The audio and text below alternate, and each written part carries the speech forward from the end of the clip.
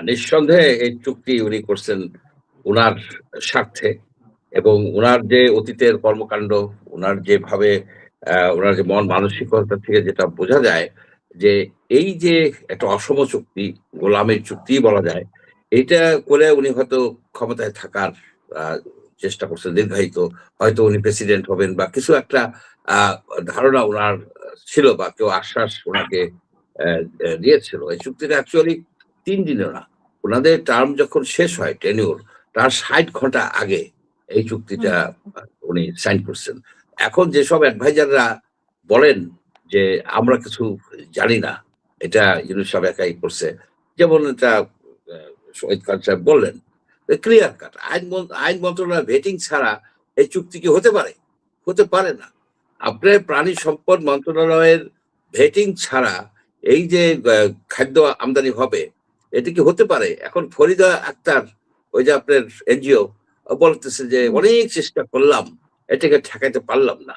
ঠেকাইতে পারলাম না। এটা একটা ব্যর্থতা।" তো যখন এটা হচ্ছিল, তখন সে বলে নাই কেন জনগণকে? সে রিজাইন করে নাই কেন? তারা এই দিনে বলবে আ আ আ আ এই আ কি মার্কিন সাম্রাজ্যবাদ নিপাত যাক। আবার রাত্রে এইখানে পয়সা একটা চুক্তি করে ফেলাইলো।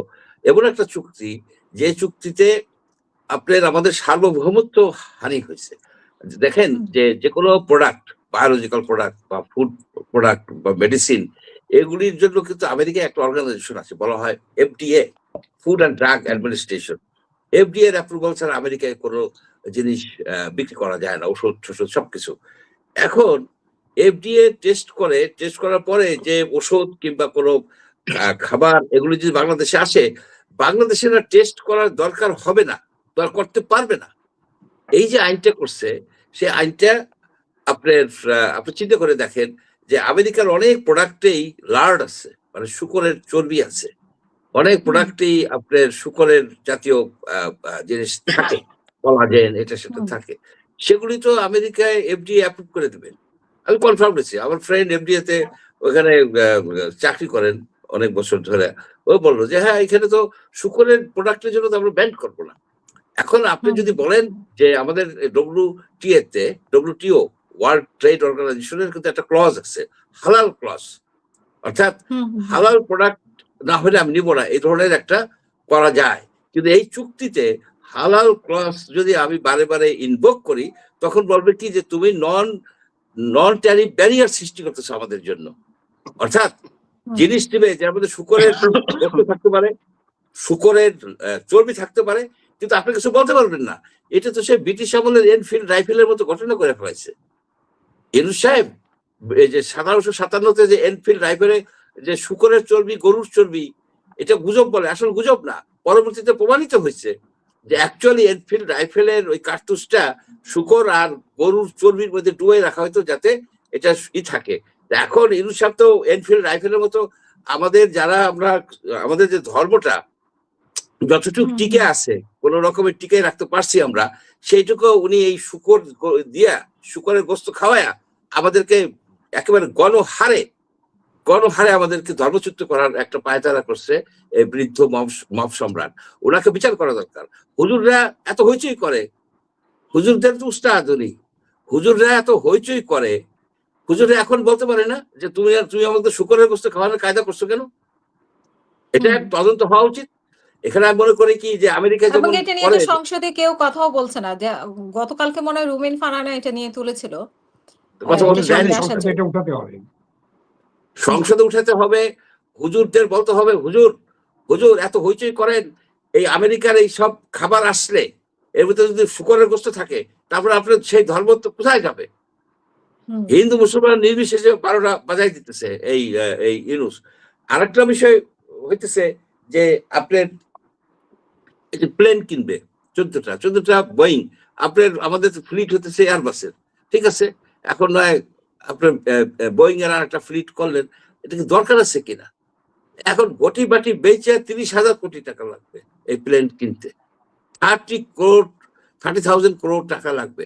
এইখানে উনাকে একটা প্রশ্ন আমি সামনে পেলে জিজ্ঞেস করতে পারতাম যে, "দেখেন, আপনার কে দায়িত্ব দিছে যে এই চুক্তিটা করার জন্য আপনাদের একটা ইলেকশনের ডেট হয়ে গেছে, 3 দিন পরে ইলেকশন, 60 ঘন্টা পরে ইলেকশন, আপনি কেন এটা করছেন?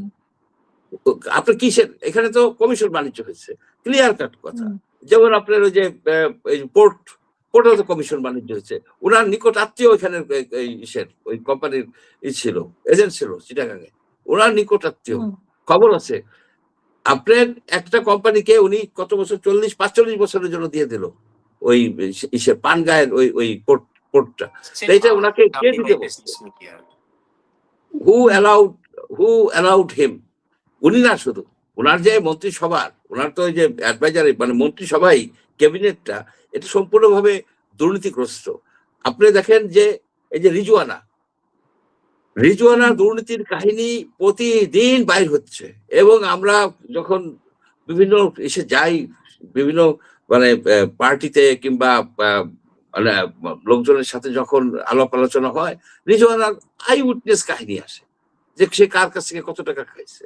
এইখানে আপনি ধরেন এই যে সাদা পাথর, সেইখানে 1 বছরে মাসে 7 কোটি টাকা করে 84 কোটি টাকা নিছে বলে অভিযোগ আছে।